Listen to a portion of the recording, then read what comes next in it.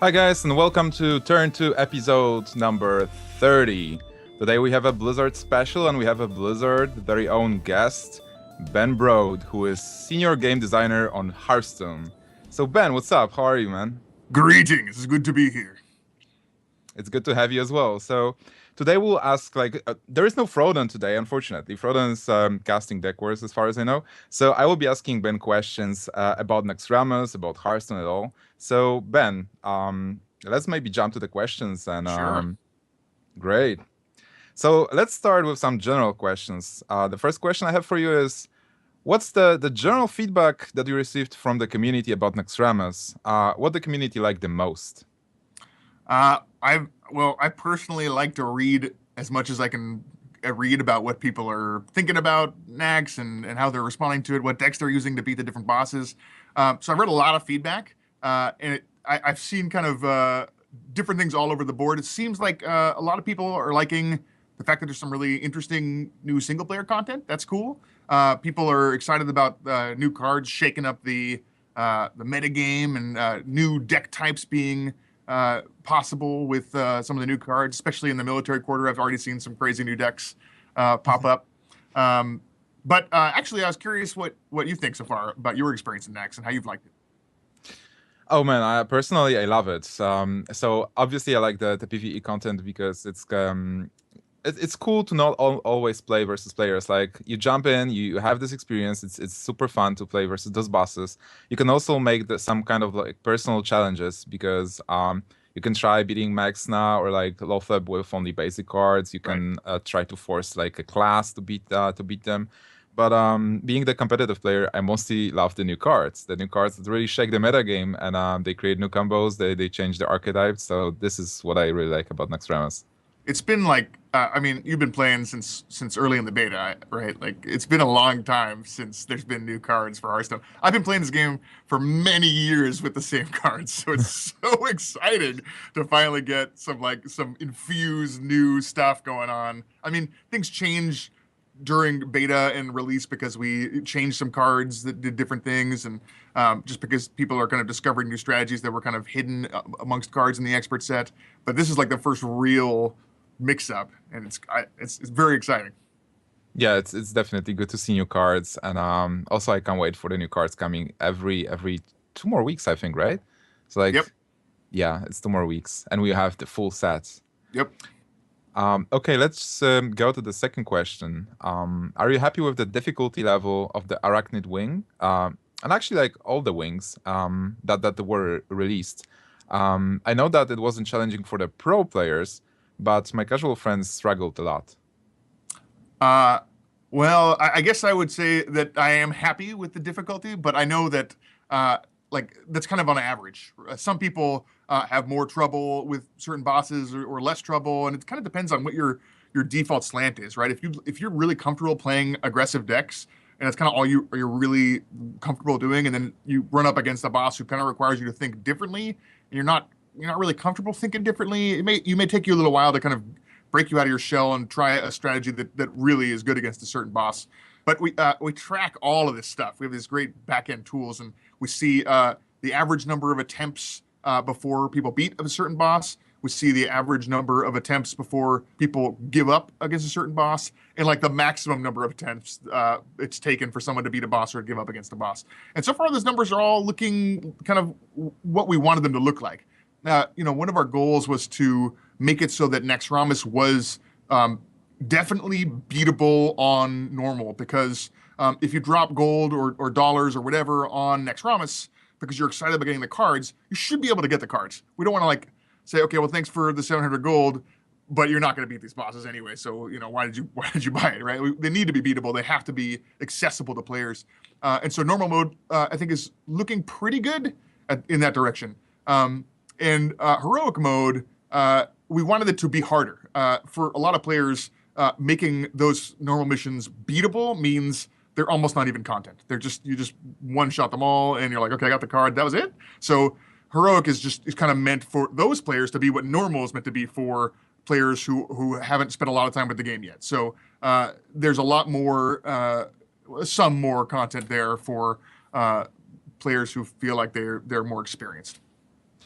So kind of like a bonus question here, because you're having those stats. Who is the player killer? Like back in World of Warcraft, the stats were saying like, hey, this boss is just wrecking players all day. So do you have this one boss? I only have stats for the first 2 wings because the military wing just came out this morning, right? Like midnight, this morning. So out of those 2, who do you think the hardest boss was in normal mode? Normal mode. I think Lothar, probably. So far, it looks like Fairlina is like 25% harder than every other boss in normal mode. Yeah, I mean, none of these bosses are showing or end up being like hyper difficult. Like I think the average number of attempts for Fairlina was like maybe 2 on average, right? So they're not wildly difficult, but she was more difficult for on average the total player base than any other boss so far. Okay, heroic is different. I think actually they're all pretty even. Like we've seen just slight variations there. I think Lothar may have been the hardest so far though. Okay, so Ferlina, the casual player slayer. Sure. Yeah. Okay. The third question will be: a lot of people are confused that there is no reward for completing the heroic fights for now. Is this something that's going to be standard, or are you going to add some more rewards for the heroic mode? Well, I'll tell you, one of the things that we have to think a lot about when we're figuring out rewards, thinking about what we want to reward players for, is are we rewarding players for doing things that are fun? And so, like, we put like leveling up and getting new cards for your class behind playing games, because playing games is fun. And we wanted to put rewards behind beating the normal mode bosses, because that's fun to blow up a boss and see a new mechanic and get a card. But heroic mode, I don't think is actually fun for everyone. I think it is fun for players who have the capability to actually beat the heroic bosses. And for them, it could be a lot of fun. And so really the reward for heroic is the fun. It's just a thing to do for fun. We didn't really want to say like, oh, we're gonna put awesome stuff here, so if you're not like able to beat the heroic bosses, get frustrated. Like that doesn't seem that cool, and that's something whenever we think about rewards or how like what to attach to certain feats in the game is, are we making sure that we're incentivizing things that are already really fun to do, as opposed to making you do something kind of grindy or something that doesn't feel like something you want to do anyway. So for heroic mode, we were sensitive to the fact that these are not really for everybody. These are harder. They're for a much smaller percentage of the total audience, and so we didn't want to make you feel like you were missing out if you couldn't defeat the heroics. And we did put a card back for defeating all of the heroics. So if you beat every single heroic mission, there is something cool for you. But mostly, we wanted it to be just a cool thing that you could see if you were up to the challenge of doing. Okay, that makes a lot of sense.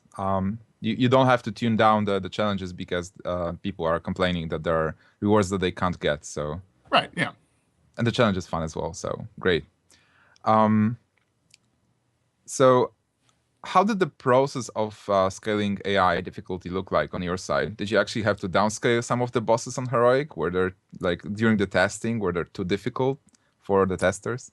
Yeah, so here's how the whole thing went. First, we designed kind of the playable cards, the cards that you can collect by defeating next bosses. Then we designed the missions using a lot of those cards and thinking about different mechanics for each boss. And then we designed, we spent a lot of time on that. That was kind of the part we revved on most, probably, figuring out, is this hero power cool? We even had a couple other designs for how missions might work that ended up being way too complicated. And then once we had those in a really good space, we did the class challenges, which is just basically building a fun deck to play against those. And then finally, we did the heroics. And the heroics, we tried to start by taking a single thing and making it crazy. So for Noth, it's what if he summons 5/5s instead of 1/1s? And for the an Ubercon, what if he summons a bigger guy, right? And those are kind of like simple hooks that when the volume's turned up on them, they would get much more difficult. And we basically tried to turn up the volume on those to a point where we thought this is going to be crazy. And then we tried to see if those were actually beatable, and if they weren't beatable, we would tune them down, and if they were beatable and too easy, we would turn them up a little bit. So it was mostly just a cycle of lots of playing against them and making sure that there was, they were beatable and even beatable in kind of interesting ways. There was more than one strategy for each heroic boss. We didn't want there to be like, oh, you must have this card in order to beat this heroic mission, or you can't beat it. That felt like it would be a little weird. So we tried to make sure there was lots of different strategies and that they were all fairly difficult for all of them. So again, a bonus question then. Alexstrasza, because Alexstrasza worked in the first wing and didn't work in the second wing. Was it planned from the beginning, or did you make a quick fix? It was planned from before we launched Nax, but it wasn't planned from the very first iteration of that. We have a bunch of people in different departments testing Naxxramas for months before it launched, and one of the things that they came up with was, "Hey, Alexstrasza is really good against this mission." We're like, "Oh, it is really good. What if we have Kel'Thuzad come in and say no?"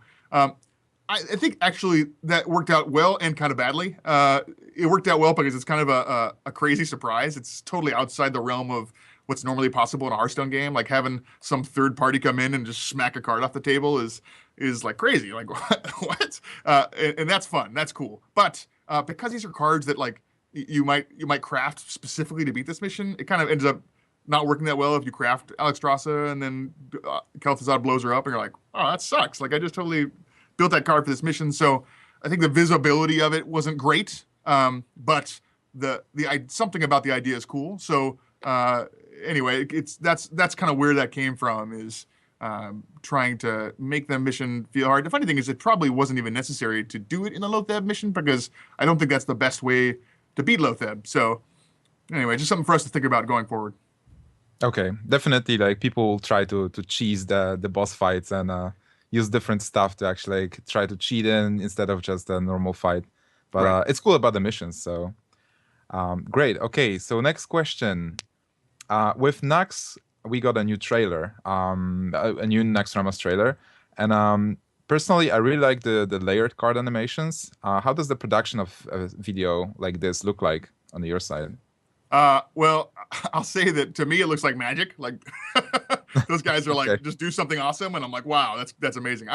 The cinematics team, as you know from all of our cinematics, super talented. And this was something that they tried for Hearthstone with the first trailer, the announcement trailer, to see like, can we do something a little different, a little bit more kind of in the vein of Hearthstone to make it feel both like Blizzard cinematic quality and Hearthstone-y, and I think it worked really well there, and it worked really well again in the Nax trailer. The thing I like probably most about the Nax trailer is the kind of rhyminess of it. It kind of hits that creepy, spooky vibe really well. But those guys are super good. Jeremiah Johnson was the guy who did who led the development of that particular trailer, and he does awesome work. So specifically, technically, how they get it to work like that, I have no idea.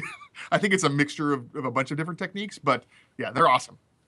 If you haven't seen that trailer yet, people who are watching, you should go watch the trailer because it's super cool.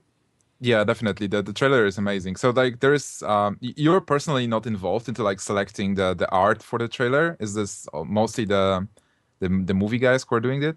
I know that Ben Thompson, who's the lead artist for Hearthstone, works really closely with the cinematics team, and they kind of pour over art together and look at which pieces really kind of hit the vibe of Hearthstone. Also, they also paint new pieces, like the opening shot of the floating citadel. Naxxramas is a new piece that they put in specifically for the cinematic. Okay, great. I really hope that we will have more videos like that going into the future. So when we enter Naxxramas, we are greeted by a funny kind of Kel'Thuzad face that's challenging us, and Kel'Thuzad gets frustrated when we defeat the bosses. He's also commenting on stuff, like he's involved into the fight. Should we expect this kind of funny and lighthearted storytelling in the future of Hearthstone? Well, I think so. I think Hearthstone is funny and lighthearted. It's Eric Dodds used to describe Hearthstone as it's like a dash of Warcraft. I'm gonna mess up this quote, but it's like a dash of Warcraft, and it's got but it's got like a lot more whimsy than Warcraft. Warcraft can sometimes be epic and huge, but also sometimes really funny. Sometimes just hilarious. You know, there's like a gnome or like a dwarf with a barrel, and he's upside down underwater, and I forget that. There's some great scene in Vashir I remember, but Hearthstone is more whimsy. It's kind of the reverse of that. It's like mostly whimsical and fun, and also a little bit of epic and awesome. Yeah, I think this version of Kel'Thuzad feels more Hearthstone-y. To me, though, it wasn't like a reinvention of Kel'Thuzad. He was already a little bit like this in World of Warcraft. He's got like a little kitten, and Yeah, when you beat him, he freaks out. He's like, ah, you know. And Mr. Bigglesworth.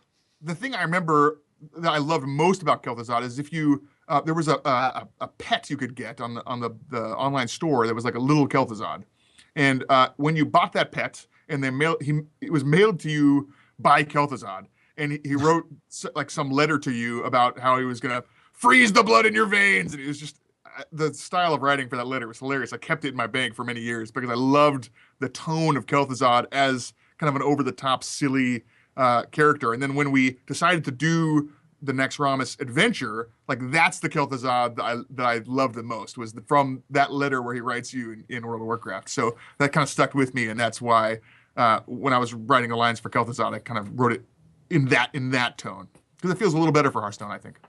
So are you the man responsible for the lines for Kel'Thuzad, like fully, or? Yes, it's all my fault. Anything you don't like or I've written incorrectly is my fault. I mean, it's everything on Hearthstone is a team thing, right? Like I don't write something that just goes straight into the game. We get tons of feedback from everybody, and a lot of those lines are kind of group exercises to try and hone it just right because we're really picky about language. You know, in a card game, you have to be really picky about the way that the cards are written.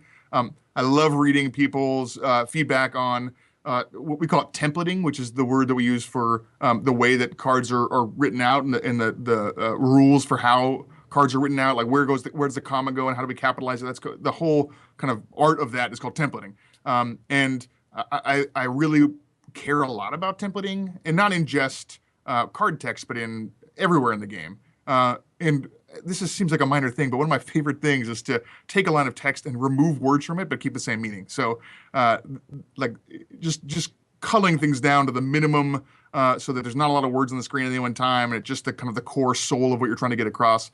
That stuff gets me excited. I don't know why. I Anyway. guess it's very efficient, and you can feel it in Extremas, I guess, because the things that the bosses say and the Kel'Thuzad says are pretty short, but they are pretty meaningful at the same time. So good Good. job there. Good job. Thank you.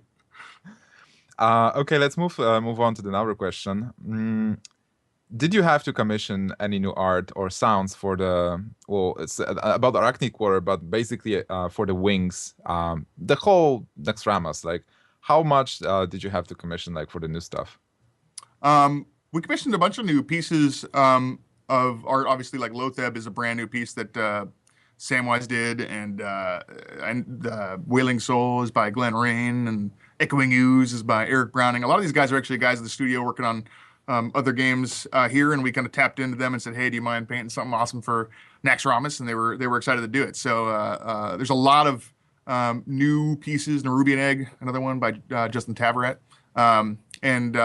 So we definitely tapped into that and added a lot of new 2D art. And obviously, there's a ton of new art assets elsewhere in the game. The new board is super amazing.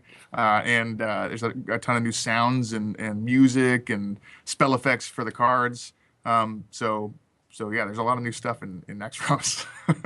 Okay. The new Lothar art is really good. Oh, it's amazing. I love that art. So it was done by Samwise, right? Yes. Okay, nice. Congrats to Samwise then. It's another good art for the Warcraft stuff. Yep. Okay, thank you so much for adding the busy function to uh, to the BattleNet so that we are not getting any messages if we're set to busy. Yep. This will immensely improve tournament experience. So talking about tournaments, is there any ETA on the observer mode? There is no ETA, but we are working on that feature today. Like that's something that we are actively in development on. So we know that it's important and people want it, and we are working on it. As kind of everything happens on Hearthstone development is when we implement things, often we find out we learn things about them. I think the collection manager went through, I don't know, 20 different iterations visually before we kind of settled where we are today. And you know, we could have done 20 more, I'm sure, right? So as we go through development of this feature, I'm sure we will learn new things about what's cool and how we can do it even better. So it makes it hard to give ETAs on features because we want to get them perfect, but we are actively working on it. Okay, and can you at least say how many percentage of completion is there? I can't, because you don't know, right? You put something in and then you're like, oh, actually that didn't work, or maybe we could blow that out and do it way different. But you don't know when those things are going to occur in development. That's kind of one of the things of, when you're trying new things, and that's one of the things I think that ended up making Hearthstone great was we had the ability to implement something and say, whoa, didn't end up great. Let's scrap that, try something else. And we did that a lot. I mean, just a ton during Hearthstone's development. We had a kind of blessed development period where we were able to really experiment a ton. And that when you have that time to cycle and iterate on things, you end up with something awesome. So hopefully we will iterate and come up with something awesome, and everybody will be really excited about it. But I don't know when that exactly is going to be delivered. But take comfort in knowing that we agree that it is very important, and we are working on it today. Okay, so probably soon TM. Well, hopefully. Okay, thank you for that. So another question would be that obviously gamers are always living in the future. Naxxramas is being rolled out now. Everybody's super excited. But what should we expect next? Is there another adventure mode planned, or maybe a whole set of cards? Well, I will say that the adventure mode so far is going great, but next we are planning for a larger set of cards. Probably much larger than the number of cards that were in Naxxramas, and that's what we're planning for our next content release. But I can't give you any more information aside from that. Okay, I totally understand, but I think because I talked about it with Eric and I think Ben Thompson in February, we talked about the possibility of big content updates, and I think like a lot of people are actually afraid about because like Naxxramas is bringing 30 cards, and Hearthstone as we only have the core set, right? So there's not that many cards, and well, all of the TCG players, they expect the sets to come, and they expect some like rollout periods. Like in TCGs, you have a new set basically like every 3-4 months. Mm-hmm. So a lot of players are expecting that for Hearthstone, and you're working on a new set. So, well, I want to ask you about like what will be the theme and stuff about the set, but this is definitely the future of Hearthstone, right? Like the sets and adventure modes and like new cards in some periods of time. Yes, there will be new cards, and they will come out in periods of time. That is, That's okay.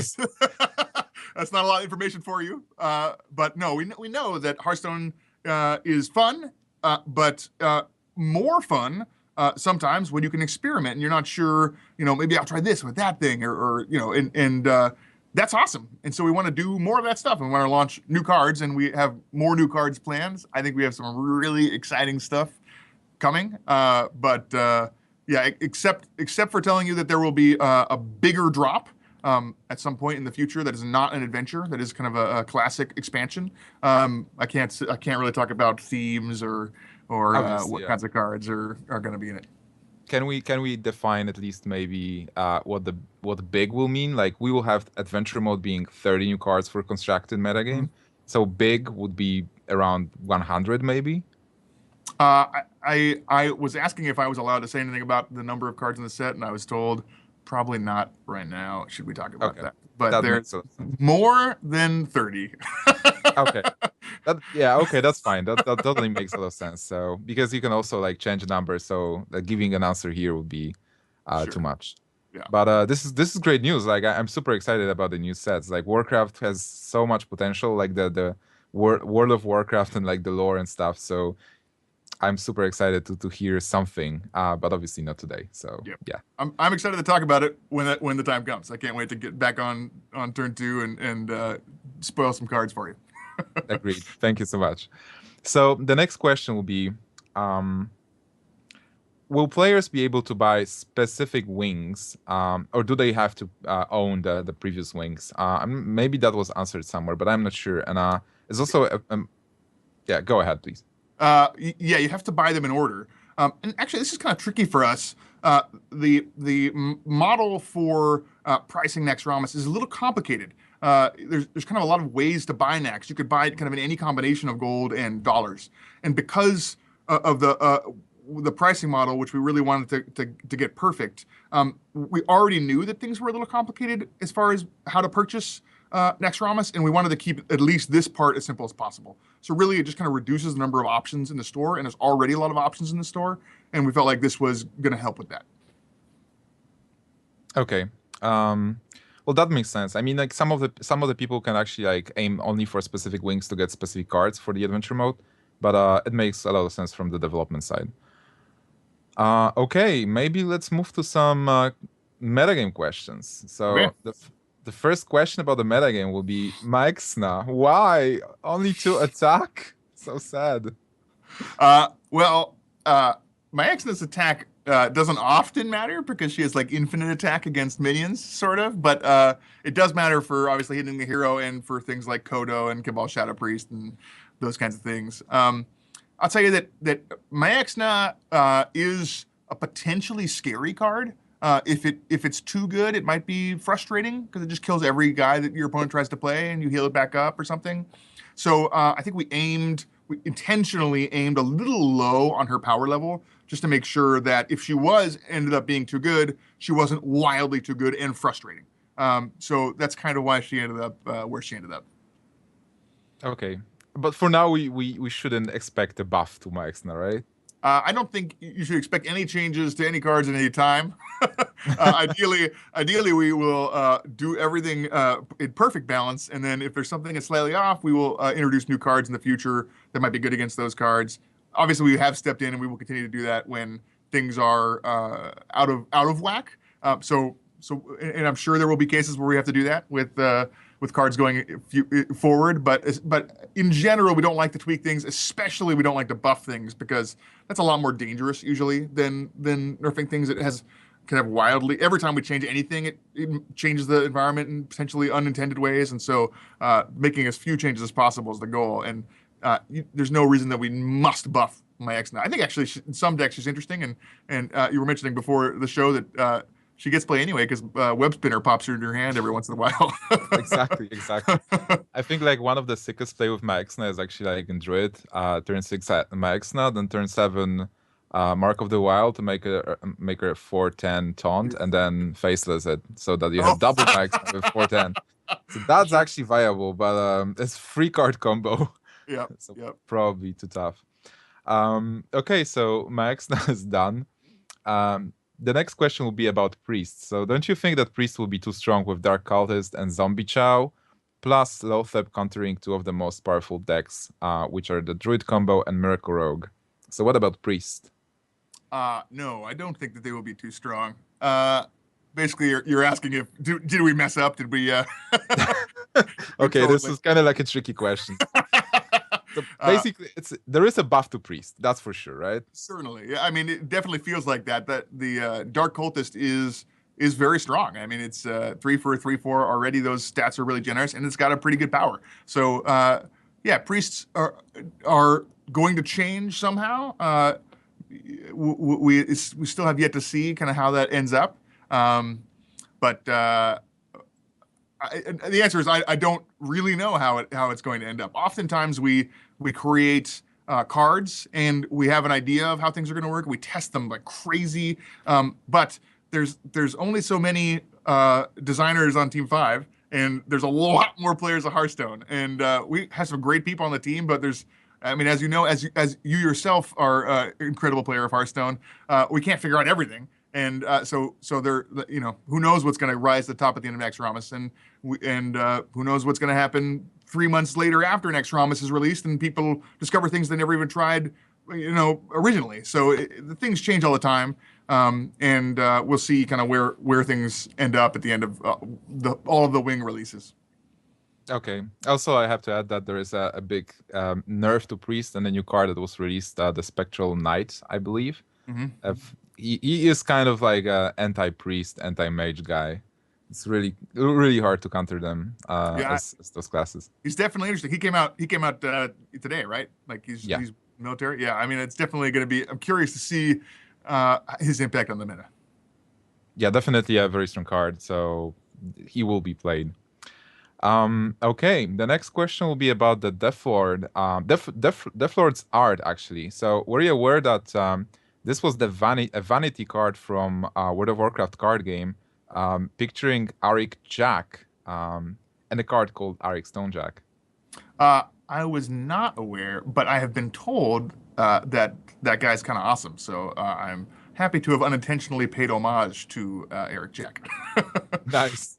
Well, I can add that Arik Jack was actually a great guy. Like he was a community guy who was doing a lot of stuff like videos and like featuring different players Oh, from. awesome. So yeah, definitely, it's funny to see being a WoW TCG player. It's funny to see this art being returning to the Yeah, game. it's awesome art. I love that art. It's so good. Yeah, it's pretty good for that, and the card is also amazing. It's kind of funny. Like some of the cards that were vanity cards from World of Warcraft will probably make their way to Hearthstone, right? Like because there is a lot of vanity cards. Yeah, it kind of depends. I mean, as you know from the World of Warcraft trading card game, there's a lot of focus art-wise on the Alliance and Horde conflict. There's a lot of like, you know, trolls in armor and blood elves in armor and stuff, and so we don't have that breakdown in Hearthstone, and we focus a little bit more on kind of the creatures and kind of the broader characters from the Warcraft lore. So we'll see kind of where we end up exploring as far as themes and stuff for future sets, but it kind of depends on where we end up, I guess. Okay, cool. The next question will be, what kind of the metagame are you aiming for with Naxxramas? It seems that the creatures are much more sticky and spells won't be that attractive anymore with like Lotheb. So are you? Yeah.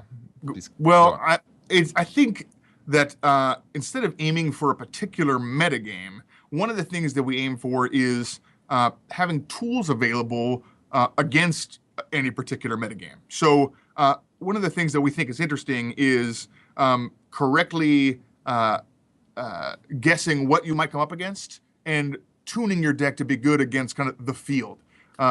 And especially if you get frustrated by a certain deck that you're playing against a lot, we want you to be able to say, like, I'm tired of losing to Murlocs. I'm going to put Hungry Crab in my deck. And my deck might be worse against Miracle Rogue or whatever, but I am going to beat Murlocs. And I feel good about that because I just play against them so often. So having tools to be good against what you expect is important to have in the environment. And so, but that also causes things to shift a lot, right? If everybody is playing Lotheb, then maybe you're like, maybe I put less spells in my deck. And then if nobody's playing spells, then why play Lotheb? It doesn't make sense. So you cut out Lotheb, and now no one's playing Lotheb. Maybe I'll play some more spells. And so the kind of the meta will be somewhat cyclical in that sense. And I think that is more that what we're aiming for is that players have tools, and the players who are the farthest ahead of the meta and understand kind of what is happening are the most successful at building decks. Yeah, I mean, I think in general, we don't know for sure what the meta will be like. We have ideas, and we know what cards we think are really strong, and we've tested them a lot. But we are. Somebody said this recently to me. I forget who said it. Video games are the only type of art you can make that surprises you. Like you can't paint a painting and then be surprised by it. But video games do that constantly, we make a bunch of cards and we make a set of rules, and then players do something and we're like, wow, that's crazy. Like just today on Reddit, I read somebody beat spoilers for those who haven't played the military quarter yet. Somebody beat the Four Horsemen by playing Crazed Alchemist on the middle horse and then playing Betrayal on it. I was like, wow, I never thought about that. That's awesome. That's a Nice. cool way to beat those guys. And that kind of stuff is one of the coolest things about video games in general, and specifically Hearthstone. Also, like kind of like a bonus thing and comments is I like the design philosophy with influencing your opponent's hand because we talked about it before. You don't like the design in the form of discarding cards and really like taking the fun out of the opponent. But with Nexramas, we are influencing the hand with like Weblord, so that the battle cry costs more, and Lotheb to so that the spells cost more. Should we like expect those kinds of mechanics in the future as well? We did a little bit of that with the Mana Wraith in the expert set.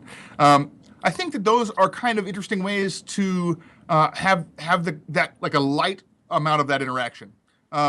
When you force your opponent to discard a card, it's kind of sad. Like that card has potential, right? And there's excitement built up in playing that card, and like, boom, yeah, I'm awesome. And when you don't get to do your awesome thing, it just feels bad. And so we want you to do your awesome stuff.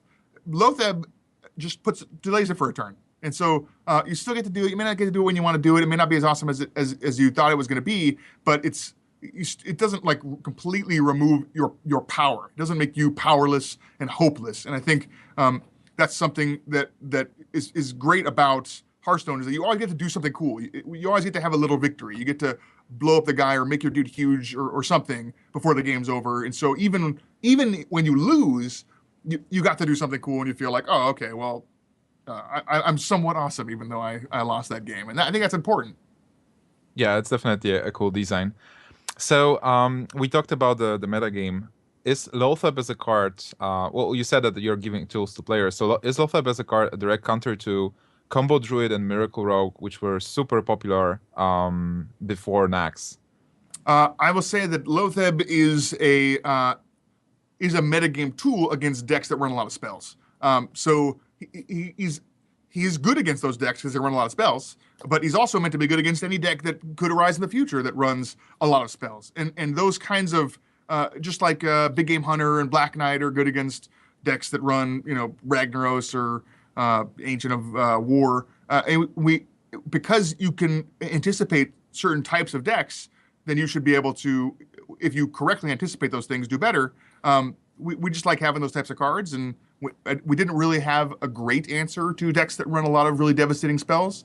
And so this was kind of a tool for players that happens to be good right now against those two decks, but there's definitely going to be decks in the future where you feel like, oh, I feel like Lotheb is the right answer for this type of meta. Okay. Another question will be, we already touched upon it a bit. Web spinner. Yes. Discuss. You actually, why don't you tell me your thoughts on web spinner first, and I'll kind of expound on that. Okay, so apparently, like web spinner is a 1/1 spider that summons a random beast when it dies. And at the beginning, I was like, okay, it's too random for constructed play because well, in constructed you're really searching for like consistency. But then I was talking with Froden a lot about the card. Like it's Froden's favorite card right now, web spinner. Awesome. And it works. I mean, it's super cool because mostly in the card games you have those good cards and cards that are not that exciting. And there's a lot of beasts that are not unplayable, but they are not popular right now in the top tier decks. And Web Spinner brings those beasts to those decks, like Captain's Parrot or like Angry Chicken. So it's a very interesting card because on one hand it's random, but it's the design behind the card actually allows you to play it in a constructed deck and to use it, and it has a lot of uses. So from my perspective as a constructed player, the card is awesome. And how did you come out with the design of this card? Well, you're right. I think it's great. I love Web Spinner. It's one of my favorite cards in the set. In general, randomness is really important.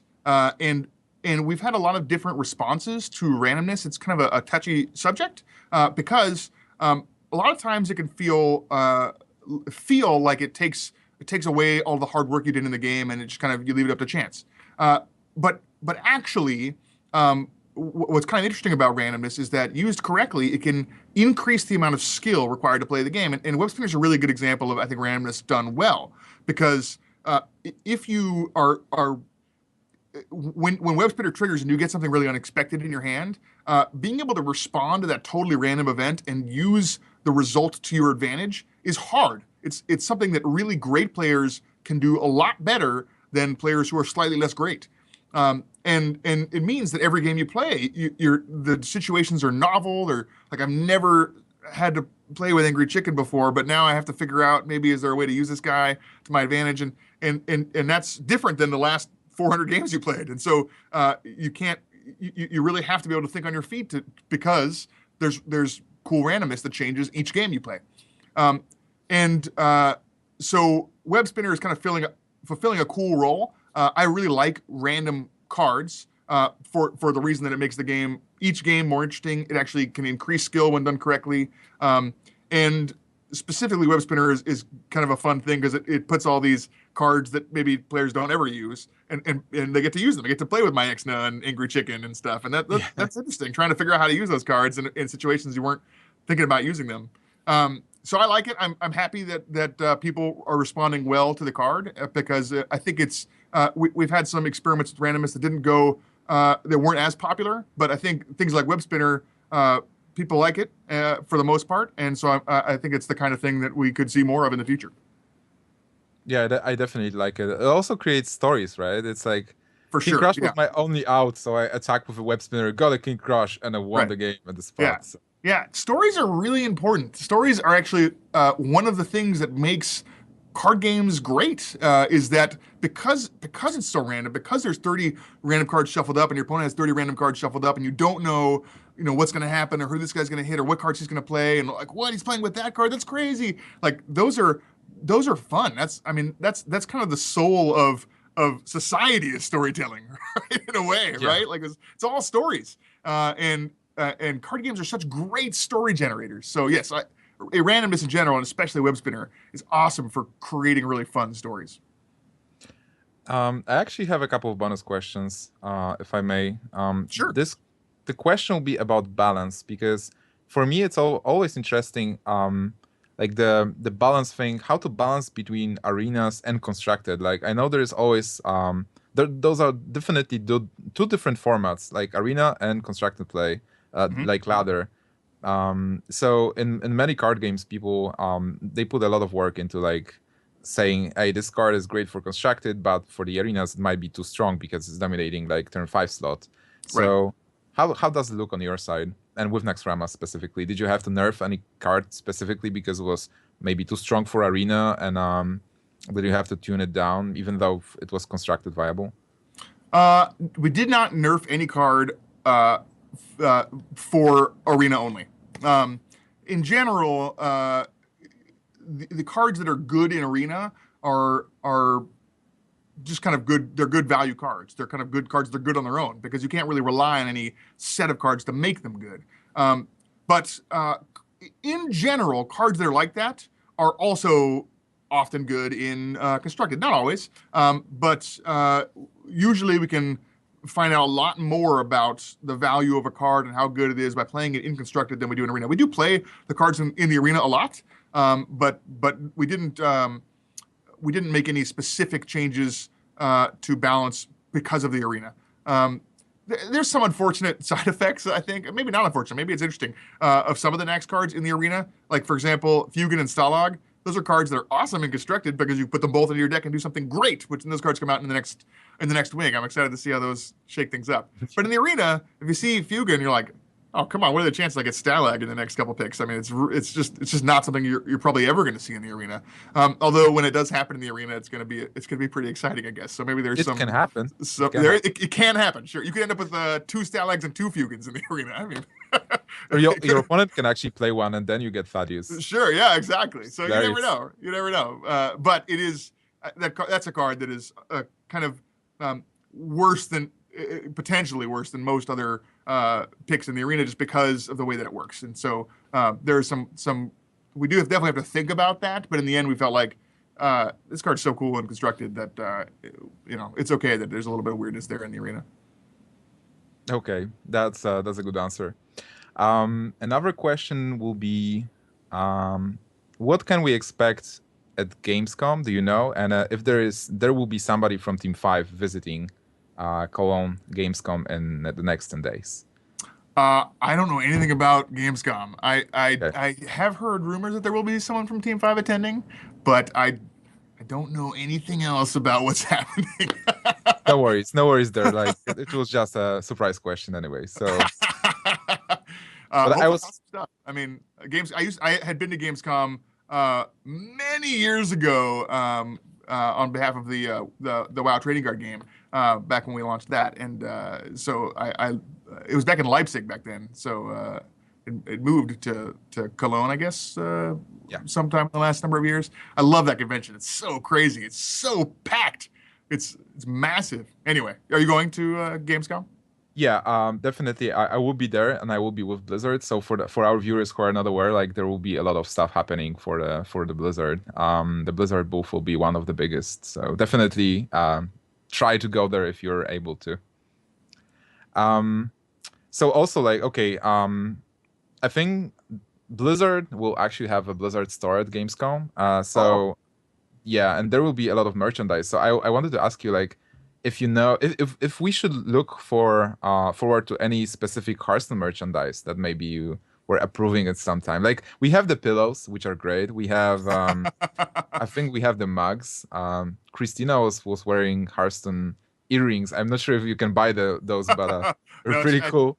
I think she made those or had those made. Yeah, I mean we have an awesome team who works on like those kinds of those products and shirts and all kinds of stuff. I know they're brewing up some stuff for different kinds of things in the future. I don't know if there'll be anything for BlizzCon or not, but they're definitely working on stuff. But I don't want to spoil their announcements. So yeah, no, we talk about it all the time. We talk about they often are bringing up cool stuff. They're like, hey, what if we do this crazy thing? And then Dodds and Chase will be like, that's amazing, totally do that. Or I don't know, that's a little bit weird. But these we have some awesome guys on that team who are super creative and always working on new fun stuff to put on your desk or whatever for Hearthstone. Okay. So definitely I will be looking for new stuff at Gamescom to buy. I don't know if there's anything at Gamescom, but it's stuff that we are definitely looking at all the time because we all want cool stuff. We love it like whenever they make a new shirt for StarCraft or Heroes of the Storm or Warcraft or whatever. We're always like, oh, like we love that stuff too. Okay. Another question will be about a feature again. So if you can't talk about it, it's fine. But Sure. I just want to throw the question there. In-game tournaments. A lot of players are talking about it because right now we have the ladder mode and the arena and also the adventure mode, which is super cool, and practice mode. But a lot of people are waiting also for the in-game tournaments, like 8 people. Like you just sign up, you play it, and then you get like a booster pack or something. So are you thinking about this kind of stuff? Yeah, we think about all kinds of stuff. I mean, often we just kind of, especially whenever the community is asking about something, we always talk about it and think how that could work in Hearthstone. But for right now, I mean, our plate is really full. I mean, we got observer mode, we got content, coming, and a lot of other things that we think are really exciting and cool that I can't talk about. So there's a lot of things that could make Hearthstone even more exciting, and we want to do a lot of them. But often things like this feature, I don't know what the best implementation of something like that is for Hearthstone. I don't know what percentage of the audience is going to use a feature like that and be jazzed about it. And often the community kind of excitement behind something kind of helps us prioritize what we think is important. And for observer mode, that was clearly the case, right? I mean, I can't even tell you how many people tweeted at me saying, hey, what is going on with observer mode? It's critical. We must have this thing. And so that's something that's sorted very high for us as far as, features to work on post ship. We definitely are relying on the community for kind of those kinds of things. And I haven't heard kind of a huge roar for this type of feature. But we definitely think about all that kind of stuff. And mostly it's just a challenge of, there's only so many guys on the team. There's a kind of a feasible limit for how many people can even be on a team like this before things start breaking down with communication and things. And so we have to pick and choose. We have to be smart about like what is the coolest, most awesome thing that we could be doing. The players are just going to love. Let's do that. And so, right now we have a lot of those things. Okay, got it. So a message to the community: if you really want in-game tournaments, just shout about it and like talk about it and fight for it. And really, whatever. I mean, whatever people are. I mean, observer mode is A necessity. because you guys want it, right? Yeah. So Yeah. if there's a thing, more, if you like Naxxramas and you want more adventures, like that's useful information for us, honestly. Like we're making this game for you guys, and because we love playing it, and so having information about what you guys are passionate about and what kinds of things that you care about is super useful for us. Okay. Another question will be about balance again. So in one of the previous interviews, I think somebody from Blizzard mentioned that Zoo is being looked upon. Zoo being the super popular deck for the ladder because it's minion based. There is some decision making, but not that much to be a very high skill cap level. So can you talk about like the Zoo? Are you looking at the deck and looking at the stats, or are you not concerned about the deck right now?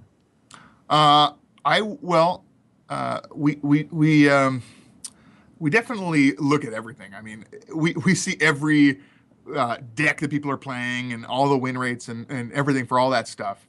And I mean, pretty much any high level deck that top level players are playing, we're looking at it and we're seeing, are we happy with this? Is this wildly overpowered? Is it fun to play with and against? I mean, those are kind of important things for us. So there's a lot of stuff that we kind of are keeping our fingers on and checking. It's tough to talk about any specific deck or meta right now in the middle of the big Nax release because there's new cards. In 3 weeks, like maybe all we're talking about is how OP Stalag and Fugan are and how they must be changed. You know what I mean? Like it could be anything, right? Like maybe someone discovers a new combo with my Exna and we're like, oh my gosh, we have to nerf my Exna. But it's kind of tough to say right now this is out of control or this is fine or anything. It's kind of things are changing too dramatically, too fast. So once things settle down and we kind of suss out what Nax actually has done to the game, then we'll take maybe a harder look at things. But right now things are changing pretty dramatically. I'm curious to see what all the different cards do to the current decks. Okay. Also, another question is about. So you mentioned the new set. We can't talk about the new set, but are you working on it right now, like as we speak? Because I know that the production cycles are like when a company is working on the sets. It's funny because people are being hyped for a set that's actually like created and finished, and then, like, you're working on a new thing, and we are being hyped about Nax right now. So you are working on a new thing, and then you finish it, and then you will be announcing it, and then you start working on something that we have no idea about, and like. So are you working at it right now? Exactly. I mean, what you're talking about is pipeline, right? I mean, there's some amount of design work that needs to be done, and then once we know kind of what these cards are, then we have to make sure that we get the right awesome arts on each card and the spell effects get created and we have some work to do to kind of make sure we get the perfect spell effects and we have an incredible artist who goes through and makes all the golden animations for all the different art and there's like this thing that things have to happen kind of in order, right? Like you have to start here and then then so on and so on and so on. By the time it gets to the point at which we're ready to release something, the design work has been done quite a long time ago. There's still design work kind of done throughout this whole process sometimes as we play test the cards and come up with things that we think could be better or things that weren't as fun as we thought they were going to be, and we're going to try something different for that. But you're right. Yeah, I mean, the original design for some of the Nax collectible cards was done a very long time ago. So I mean, we definitely have to be way ahead of what's happening now. We don't want to be in the scenario where we release Naxxramas and then everyone's like, okay, well, the artists are just kind of waiting for the designers to do something because now Nax is done. So we have to kind of pipeline our work and make sure that we're always ahead of the game. So you're right. I'm one of the guys who's working on things probably at the earliest part of that chain. And so for me, what's releasing is stuff that I worked on a long time ago. But I still touch things. I mean, obviously, like the VO and the recording and stuff that happens a little bit farther along in the process. And so I'm kind of involved with it as it's going. And there's always something exciting about that thing as it kind of gets closer and closer, and we see some of the new stuff that's coming in for that set. But the most exciting part of a set isn't designing it; it's seeing people play with it and actually like discover things like the Crazed Alchemist Betrayal thing for the Four Horsemen. Like that's awesome. That to me is the big payoff for all that work. Are you planning about inviting players as testers for the new set as well? Because like Naxxramas was kind of like a more a PvE mode with a couple of cards being added. So I'm sure it was okay to test with the internal QA team. But with the new set coming out, do you think you would like players to test, or do you want to keep everything internally to keep the excitement and everything under control? So one of the things that we didn't have when we released Hearthstone was a dedicated squad of super talented balance designers, testing to make sure that the cards are actually fun to play against and that the effects weren't overpowered in some crazy combination. And now today we have a team of guys who are super talented at testing balance, and across the whole company. We have a lot of people who are involved in kind of alpha testing and testing out those things as well. We have a lot really talented guys just working on all kinds of different teams. So we end up getting a lot more balance testing done on new content like Naxxramas than we did for the expert set and the basic set. So we didn't have a beta test for Nax, partly for that reason. We had a lot more confidence in the balance.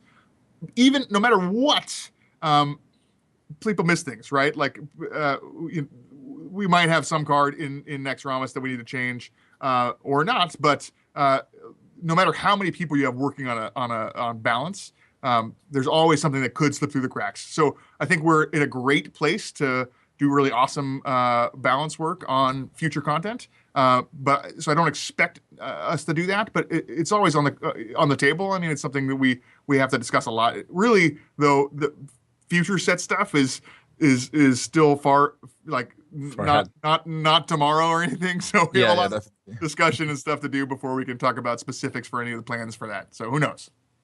Okay. I think last question then. Can you spoil anything about BlizzCon? Hearthstone related? This is not a spoiler, but BlizzCon's going to be awesome. I mean, I'm so excited for the tournament at BlizzCon. I just can't wait. I thought last year's tournament was incredibly exciting, and this year is going to be like 100 times more cool. So, yeah, I'm just super jazzed about it. It also really, for me, this is going to be the craziest BlizzCon ever because this is the first BlizzCon that Hearthstone has been released, and so it's going to be just a great vibe for the show. I think it's going to be, and also I'm really excited about all the stuff the other teams are doing. I'm super excited about Worlds of Draenor and Heroes of the Storm and all the stuff all the other teams are doing. So no, I guarantee this is going to be the as much as my guarantee is worth. This is going to be the best BlizzCon ever. I'm so excited for Hearthstone and for everything, whatever else is doing. Are you going to be the voice of BlizzCon again? I hope so. They never tell me. I'm right at the last minute. They're like, "Hey, Brode, can you record some stuff?" And I'm like, "Oh yeah, of course. I love doing that stuff." But I never know until right at the end. So who knows? Hopefully. That would be cool. Welcome to BlizzCon. Oh yeah. That's my thing. So Ben, is there anything else you want to add that I haven't asked, and you want to give any shout out or mention anything else? Well, yeah, if I'm allowed to shout out, mad shout out to the rest of Team 5 because I think they put together a kick-ass adventure with Next Ramus. When we were originally talking about what this adventure would be, I never even imagined it was going to be as cool as it ended up being. All the kind of the mood of it and the music and the ambience and the spell effects and the board. I mean, it just kind of turned into this, even like the effects that happen when a wing opens, like it blows my mind. It's so awesome. And I think the team did a really amazing job bringing it all together and making it feel way more epic than I even could have imagined. So there's my shout out. Okay. Well, I totally agree. It's a great shout out. The game is great. So I guess we can wrap up the show. I want to only mention that the VOD of this episode will be released later today, and also check out the iHeartView.com site. We have some coaching. We have a new calendar. Also on Friday we'll have King of the Hill series where Savitz will be facing Transit, a Korean pro. So we will have a cool match, Europe versus Korea. And that's mostly it from my side. So Ben, thank you so much for joining the show today. I think it was like a great hour. I got a lot of information from you. Thanks so much for inviting me on. I really like being on Turn 2, and I love being interviewed by you. Thank you so much. It's always a pleasure. So I guess, yeah, have fun with the new set, and hope to speak to you soon. Peace out. Cheers. Bye.